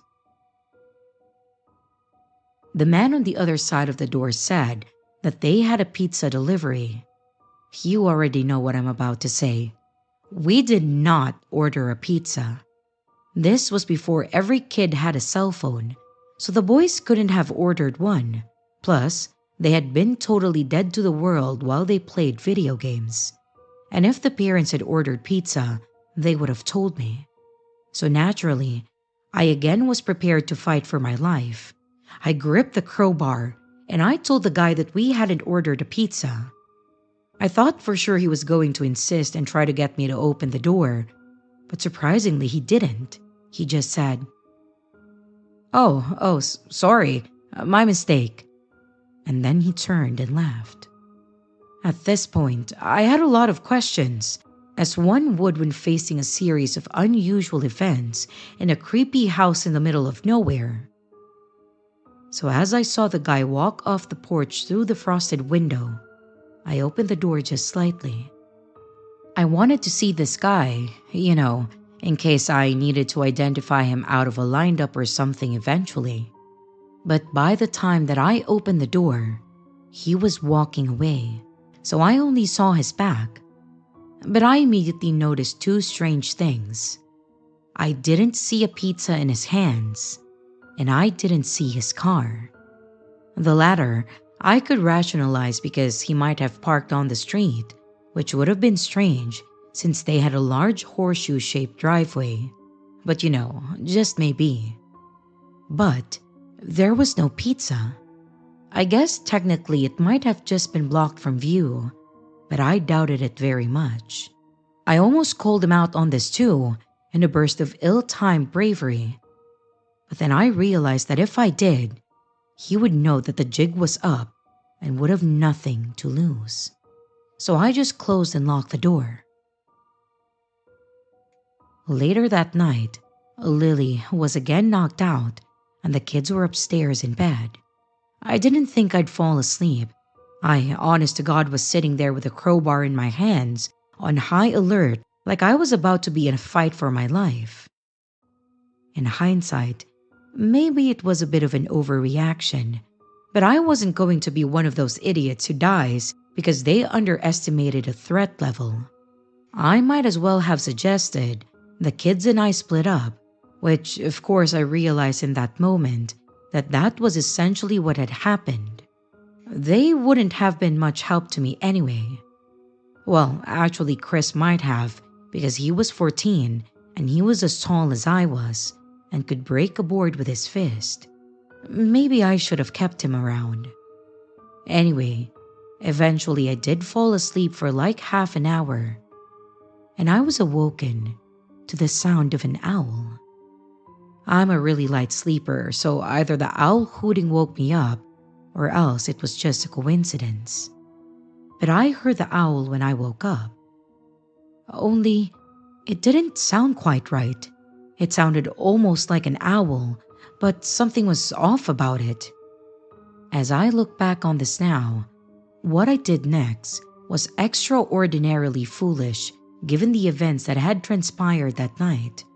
But I think my tired brain wasn't working fast enough. That's the real killer in horror movies: exhaustion. In my fatigued state, I decided to investigate. I went to the door and listened. The owl was still hooting, but it sounded so weird. I couldn't figure out why it sounded so off. And this is when I did another stupid thing. I opened the door. With the door open, I could hear the owl a little better, and I looked into the darkness, shining the light on my phone around. Suddenly, I heard the owl again, and I honest to God gasped because this was when it all came together. The hooting didn't sound like an actual owl. It sounded someone, a human, imitating an owl. For real, even recalling it for now, this story is giving me literal chills. Maybe it doesn't sound like a lot, but it was one of the truly terrifying experiences in my life the moment where I realized this. My heart was about to fucking pound right out of my chest, and I still had the beam of light from my phone pointed into the darkness. And that's when I saw it reflected off a set of eyes that were at the level a human's would be. And remember, this was 2007, so the light was total shit, which means the owner of the said eyes was uncomfortably close, though it was so dark outside that I couldn't make out anyone. I wasn't tired anymore, so I came to my senses. I unlocked that fucking door, barricaded it with a chair, and I retreated into the living room after checking all of the downstairs windows again. I also grabbed a big-ass knife from the kitchen, like a Michael Myers style knife, because at this point, I legitimately thought that I might need it. I really contemplated calling the police, but what was I going to tell them? That someone outside was making owl noises and had eyes? They'd be like, "That's an owl, you idiot," and then probably hang up on me. So I just sat on the couch again, this time clutching the knife and crowbar both, and I tried not to think about all the horror stories that I had read or seen, especially the ones involving well-meaning babysitters meeting gruesome ends. But I was not successful, and I did not fall asleep again. Around midnight, the couple came home. I had texted them to kind of warn them, without sounding like I had completely lost any shred of cool that I had left. I just said that I thought that I heard someone outside, so be careful when they got home. They were totally unbothered because they lived in some bizarre world where bad things didn't ever happen to good people. They walked in nonchalantly while I put the knife away, before they saw me clinging to it like a shipwrecked victim clings to any piece of floating debris they can find. And this was when they told me that they thought they had heard someone outside a few nights ago, because of course, this wasn't something you would tell your babysitter beforehand, right? I mean, why would I need to know that? So I took my very well-earned money, ran to my car, and I got the fuck out of there. Once I got home, I realized that I still had the crowbar, and I won't lie to you, I never brought it back. I mean, because of their critical omission of information, I lived what was very nearly an actual nightmare, so I earned that crowbar too. This was the end of my babysitting career. Only one other time did I babysit for them, and that was during a legit medical emergency one of the parents was having. I mean, I couldn't well turn them down when they called me in desperation. And nothing weird happened that night, thankfully, because I don't think that I would have the mental capacity to deal with this shit again. But you know, even all these years later, I know one thing with absolute certainty. That was not an owl.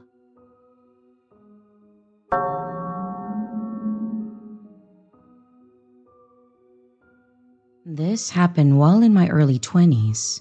My best friend was always getting into risky shit, and while she did various drugs, I was always more of a pothead. When they said pot was a gateway drug, I believe it's true to a certain extent with those who have addictive personalities, and she definitely developed an addiction issue later on. My friend, her name was KK, she was always down to meet people. She used to friend random people on Facebook or Instagram. She would ask me to hang out so that when she met people, I was the buffer just in case they didn't like each other. One day, she came over to my house unannounced and was like, "Hey, let's go to my uncle's house." Her aunt was there and her aunt had some goods. Her aunts happened to be down the road, and her aunt and her uncle were known as dealers in the area, and so we went. When we got there, she was like, "Hey, I met this guy online and he goes by Joey Crack." He then shows her aunt his pictures, and a wide-set man with a red goofy face, cornrow braids, face tattoos, and a gold grill. I laughed and I said, "Wow, okay, you really know how to pick them." She had already invited him over, so upon his arrival, he then comes out of nowhere and just walks right up and gives Kay a hug and everyone else there a kiss on the cheek. In this part of town, there was nothing around, just houses, a school, and some woods. The closest store was about 20 minutes away, so it struck me as odd that he walked here. So it was me, Kay, her aunt, and the aunt's friend, and we sit and get 3 joints in rotation. By this time, both aunts are high as a kite on coke. They take a few puffs and then go inside the house, leaving me, Kay, and Joey Crack outside. Joey then starts asking us questions like how we know each other, what we do for a living, and other stuff. It was getting late, so I was telling her that I was going to go home. She was asking me not to go yet, and I told her that I was tired and that Joey is weird, and he kept low-key hitting on me. She then tells me he asked to sleep with her and he wanted her to ask if I was down. I laughed it off and I said that they were crazy. And after a while of silence, I deflected and I heard some noise that was in the darkness. After a bit of small talk between him and Kay, he then learned that neither of us was interested and that it was just a hangout. This then turns the mood and you can feel it. It was suddenly eerie quiet. He got reserved and shifty-eyed, and I sat down for a while just to please Kay. At one point, I then turned to Joey and asked, "What are you about to do? 'Cause I'm about to go home and Kay's coming with me." Remember, He walked here, and it was dark by now. He was like, "I just texted my boy and he's about to come get me." When he was texting, Kay was right behind him watching him text, and her eyes grew wide and she looked at me. Well, that was a silent girl code for, "Bitch, what the hell?" Kay then broke the silence and was like, "Hey, can you come and help me get this thing from inside? I need to bring it out." And so I did, and we went inside, and she was like, "I'm gonna call my uncle so he can take us to your place." I asked her why, since my house was only like a 10-minute walk away. She said that she was looking at Joey's text. He sent to whoever was coming to pick him up the information of all of us here. He noted that her aunts were high on coke, and us along with our age. He was telling his boy to come over to basically rob and rape us. And then he called dibs on the blonde one. I was the blonde one. Every hair stood up on my body with the thought of some gross goon trying to have his way with me. And I was mad because she got me into this shit. We came back out and continued our conversation with him so he wouldn't get suspicious of us. She then mentions out loud that her uncle was on his way home. As he pulls in, a sigh of relief comes over me. They speak briefly, and Joey then departs into the darkness before his ride even shows up. Kay and I get a ride from her uncle to my house, and on the ride, we noted how weird Joey was. Later that night, as I was going to bed, I checked my Facebook and I have a friend request from Joey and also a message that says, "You're so pretty. I would love some alone time with you without your friend." This message ended with this number. I have never blocked someone so fast. After this, Kay didn't learn her lesson, but that's another story for another time. A week later, Joey was in the news, and he was wanted for sexual assault, robbery, and drug possession. A bullet well missed on my part. So Joey Crack, let's never meet again.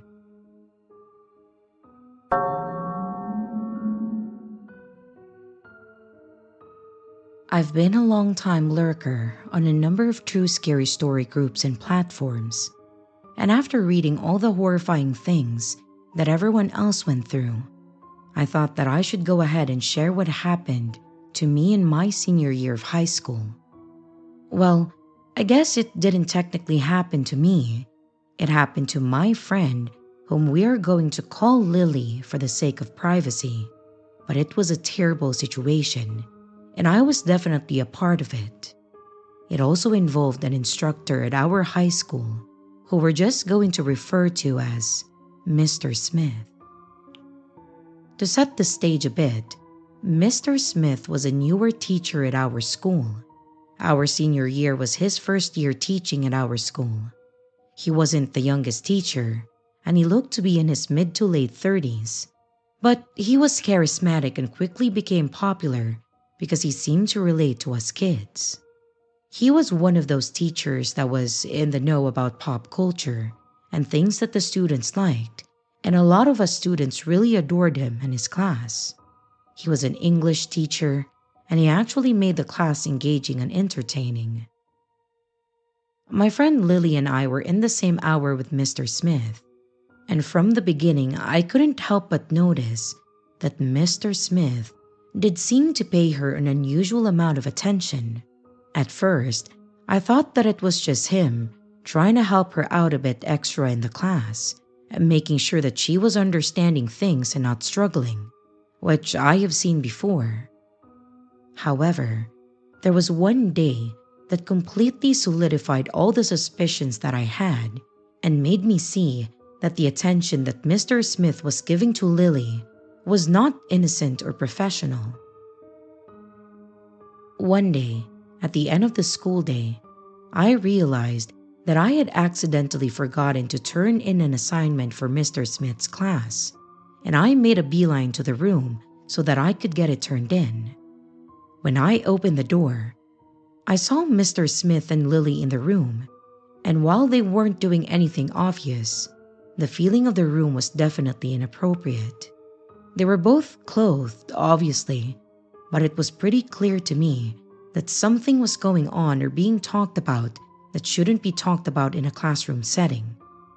I timidly entered the room and I handed my assignment to Mr. Smith.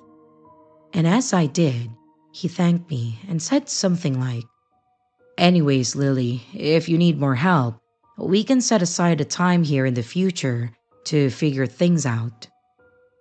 She said okay, and she actually walked out of the room with me.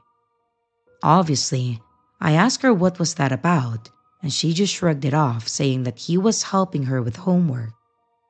This was obviously a lie, but I didn't want to jump into conclusions. Maybe it was innocent, maybe nothing had happened, and I was just looking at it wrong. Yeah, those justifications were completely wiped from my mind as the next few days went on. After having walked in on whatever that was, I started noticing everything that pushed me into believing that it wasn't innocent. I noticed how much extra attention Mr. Smith would give to Lily. I noticed how close he would get to her, how much extra help he would give her in class, which required him to be right against her. How he would randomly say things like, "You look nice today, Lily."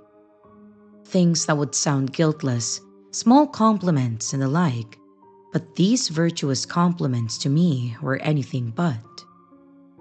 Then it came to a head. About a month after I walked in on their situation, Lily came to me in tears after school. I was at my locker, getting my stuff together, and she tapped me on the shoulder.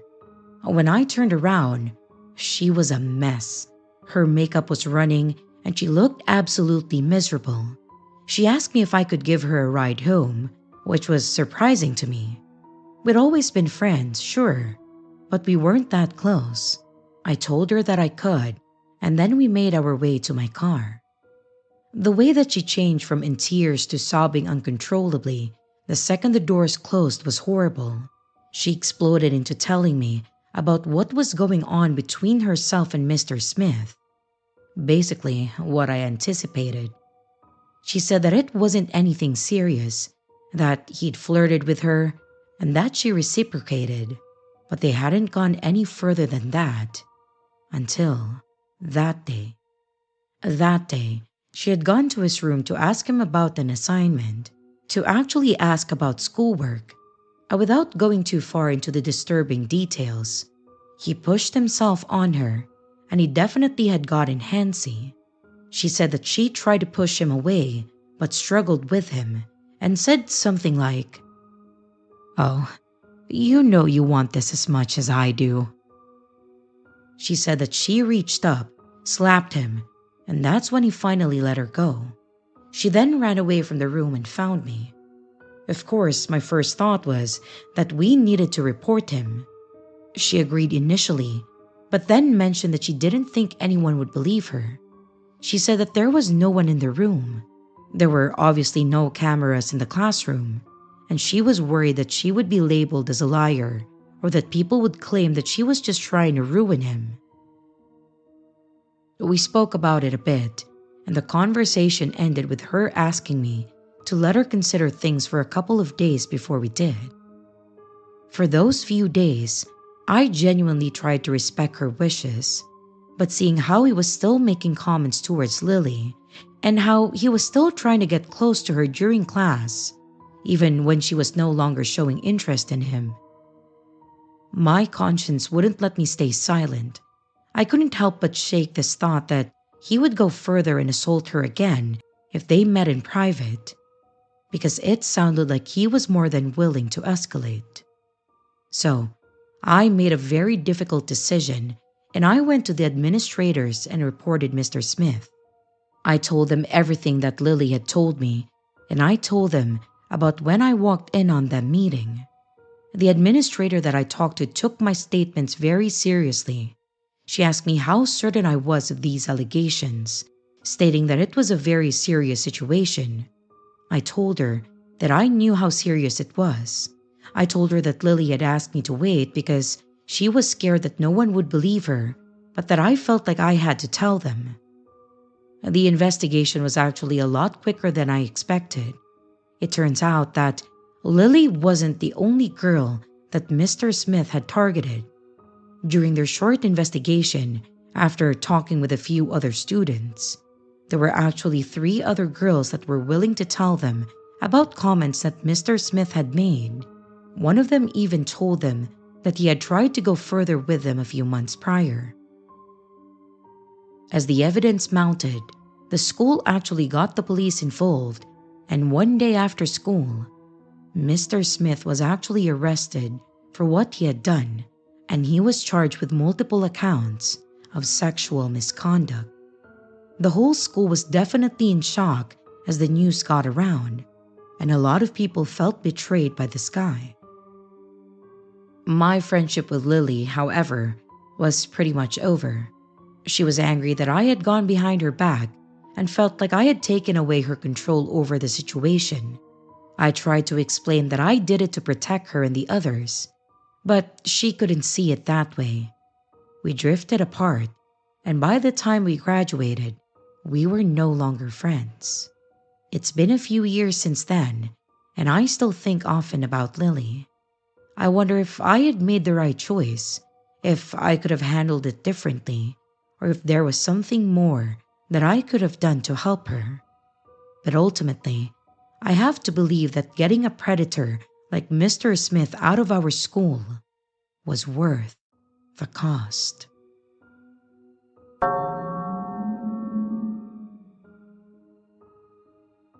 This just happened yesterday. I will preface this with the fact that we are entering into building phase on our house right now. So, I am meeting a lot of contractors and new people. We have been having trouble finding someone to do our foundation. Over the last month, I have called tons of people who said that they can't do the job, but know someone who can. And then, they give me their number and name. I call, and I get the same answer, rinse and repeat. And after a lot of this, I finally land on the number of a guy named Joe. Joe sounded excited to do the job and was the most responsive and also nicest person that I've run into so far, contractor-wise. We set up a meet time and he came out to my place to see the site. He seemed confident that he could do the job. He then asked to take the plans home with him so he could go over them and said that he would get back to me with a quote soon.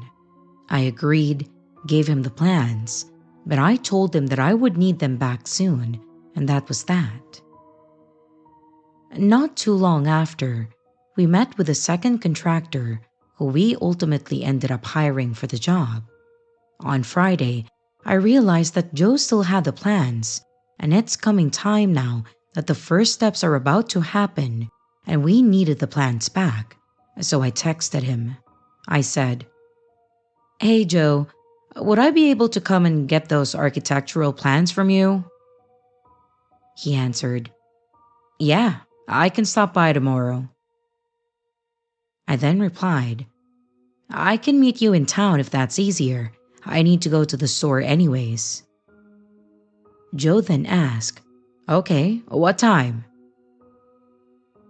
"Noon, at the grocery parking lot." And Joe replied that that sounds good. Around noon yesterday, I arrived at the grocery store parking lot. I text Joe right away saying that I've arrived and he shows up soon after. He pulled up next to my car and then got out, and I get out as well and notice that he is empty-handed. Confused, I ask where the plans are and if he brought them. "Oh, no. They're back at my house. Do you need them?"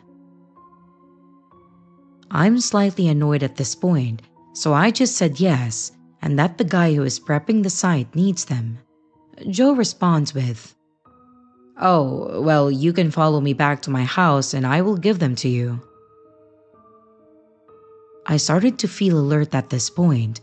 Nobody but my husband knows that I'm meeting this guy, and I really do not know him very well, so I asked him how far his house was. Joe said, 5 minutes, 4 miles. The weird vibes are growing the more that I think about it. Clearly nothing to write home about, but I am ready to get out of there at the drop of a hat if necessary. I said to Joe, "Let me call my husband. I may not have time because we need to be somewhere." Giving myself an easy out. I walk away out of earshot so I could think straight and call my husband. He thankfully answered, and I told him everything that happened so far.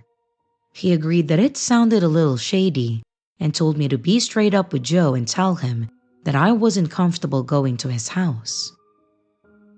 I then hung up. I walked back to where Joe was waiting and I said, "So I do have time, but I am not going to your house because I don't know you well enough. But I'll wait in the parking lot across from the fish factory. It's a very loud stink place that you couldn't miss." Joe seemed confused and didn't know where I was talking about. So after a bit of back and forth and trying to explain where I was going to wait, I offered to drive first and he could follow me. That way, he could see where I pulled into. And then he could continue to his house, grab the plants and then meet me back here. Also, I would mention that I was proud of myself because I tend to be a bit timid and too polite, to my own detriment sometimes. But this time, I did not beat around the bush, and I was clear and concise with everything that I said. Like, I had adopted laser focus in my delivery for once. I then got in my car, drove first, and Joe followed me and I pulled into the parking lot. I looked to make sure that Joe saw me, and I noticed that he had stopped in the middle of the empty street, and he is signaling for me to turn my car around. Since I'm a good distance away, I get out of my car so I can hear what he is saying, and he is yelling for me to turn around and follow him because his house is right there. I again said no, that I wasn't going to his house, and that I would wait right here for him to come back. A flash of annoyance went through him, but then he nods and continues down the street, leaving me there to wait for him to return. Less than 1 single minute later, he arrives back with the plans, hands them off to me.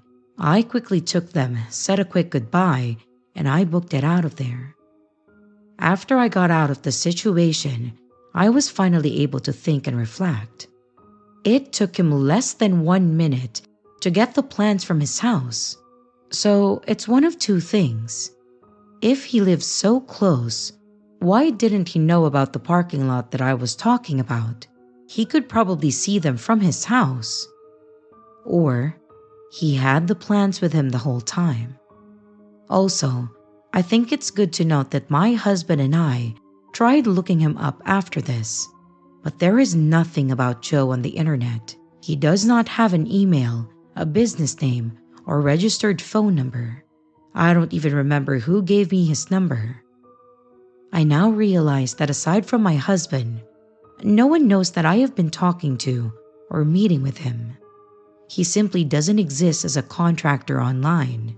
And since we never decided to use him as a contractor, I never officially looked him up until now.